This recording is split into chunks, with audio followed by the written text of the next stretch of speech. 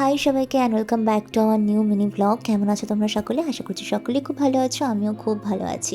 সেই দিন ছিল স্যাটারডে, আর স্যাটারডেতে ছিল হলো অমাবস্যা, একটা তিথি ছিল। তো অমাবস্যার তিথি যেহেতু ছেড়ে যেত, সেই জন্য আমি সকাল সকাল উঠে একটু ভোগের প্রিপারেশন করছিলাম। তো ভোগের জন্য আমি এখানে সব সবজি নিয়ে নিয়েছি। দেখো এখানে রয়েছে ফুলকপি, আলু, কুমড়ো, টমেটো, তারপর রয়েছে শিম, সাথে মূলো, সব কিছু রয়েছে। তো এখন করব হলো খিচুড়ি আর পাঁচমিশালি সবজির একটা তরকারি, আর সাথে হলো কিছু ভাজা, 5 রকমের ভাজা। এখানে যেমন রয়েছে কুমড়ো, শিম, বেগুন, তারপরে মূলো, আলু, এগুলো সব কাটা রয়েছে, এগুলোই ভাজবো। তো চলো এখন রান্নাটা স্টার্ট করা যাক। তো প্রথমেই আমি এখানে গ্যাসটা ধরিয়ে নিচ্ছি। আর আজকে কিন্তু অমাবস্যা ছেড়ে যাচ্ছিল, তো ওর জন্য সকাল সকাল উঠেই রান্না করতে লেগে পড়েছি। আর এখানে আমি হলো আমাদের গ্যাসটাকে ভালো করে ধুয়ে মুছে পরিষ্কার করে নিয়েছি। আর এই যে কড়াইটা দেখছো, এই কড়াইটা কিন্তু আমাদের ঠাকুরেরই ভোগ রান্না হয়। মানে এখানে যা যা এখন বাসনপত্র আমি ইউজ করছি সব ঠাকুরের ভোগ রান্নারই। আর এখানে আমি প্রথমে কড়াই বসিয়ে কড়াইটা একটু গরম করে এখানে মুগ ডালটা দিয়ে ভালো করে ভেজে নিচ্ছিলাম। তো তারপরে মুগ ডালটা নামিয়ে রেখে আমি কড়াইয়ে তেল দিয়ে দিলাম। তেলটা কিছুক্ষণ গরম হতে দিয়ে এখানে আমি সব সবজিতে নুন হলুদ লাগিয়ে নিচ্ছিলাম। নুন হলুদ মাখানোর জন্য আমি এখানে সৈন্দব লবণ ইউজ করছি, যেহেতু ঠাকুরের প্রসাদে কিন্তু লবণ দেওয়া যায় না, আর যদি লবণ দেও তাহলে সেটা সৈন্দব লবণই দেওয়া উচিত। তো এই যে এখানে আমি মোটামুটি ভালোভাবে সৈন্দব লবণটা নিয়ে নিয়েছি। আর সৈন্দব লবণের পরিমাণটা না ঠিকঠাক মতো বোঝা যায় না, কেন জানি না, আমি বুঝতে পারি না। তো যদি তোমরা কেউ বুঝতে পারো তাহলে অবশ্যই জানিও। তো এখানে আমি তারপরে হলুদ নিলাম, হলুদটাকেও ভালো মতো মাখিয়ে মিক্স করে নিলাম। এখন চলো এক এক করে কড়াইয়ে ভাজাগুলো ছাড়ি। তো এখানে আমি সবার প্রথমে আলু আর মূলোটা নিচ্ছিলাম, ভেজে নিচ্ছিলাম। তো এখানে এই যে সব আলু আর মূলোগুলো দিয়ে দিচ্ছি। এখন যখন আমি ভয়েস ওভার দিতে বসেছি তখন কিন্তু বেশ অনেকটাই রাত, তবুও বাইরে কুকুর ডাকছে, শীতের রাত। তো তোমরা একটু ম্যানেজ করে নিও, কুকুরের ডাক শোনা যাচ্ছে। আর এইখানে দেখো আমার এই ভাজাগুলো কিন্তু প্রায় হয়ে গিয়েছে। আর আমি এখানে বেশ ডুবো তেলে ভাজছিলাম। আর ডুবো তেলে জানো তো ভাজলে খুব তাড়াতাড়ি ভাজাটা হয়ে যায়, আর তেলটাও কিন্তু পরিমাণে কম লাগে।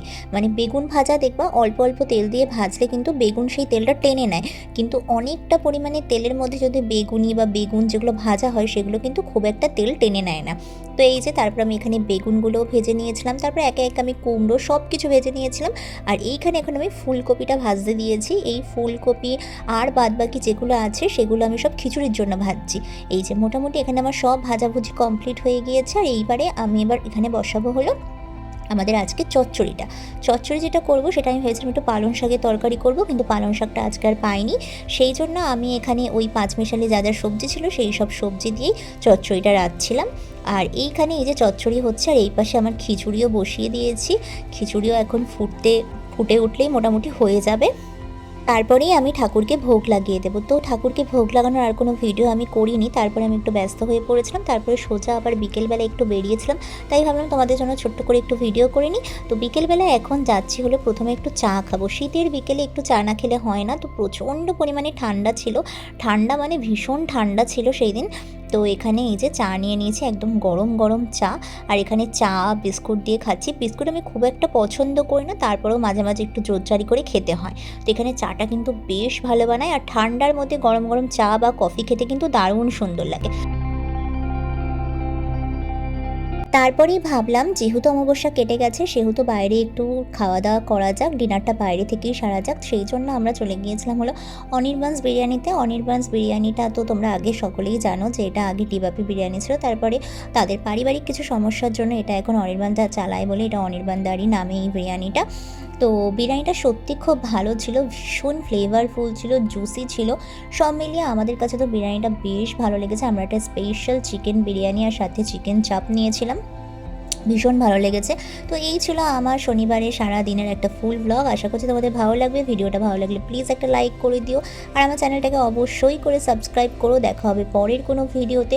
ততক্ষণ সুস্থ থেকো, সাবধানে থেকো, ভালো থেকো। আর কি জানো তো, সেই দিন আমরা যখন বেরোচ্ছিলাম তখন দেখলাম ক্রিসমাসের জন্য পুরো মানে দোকানটা সাজানো হচ্ছে।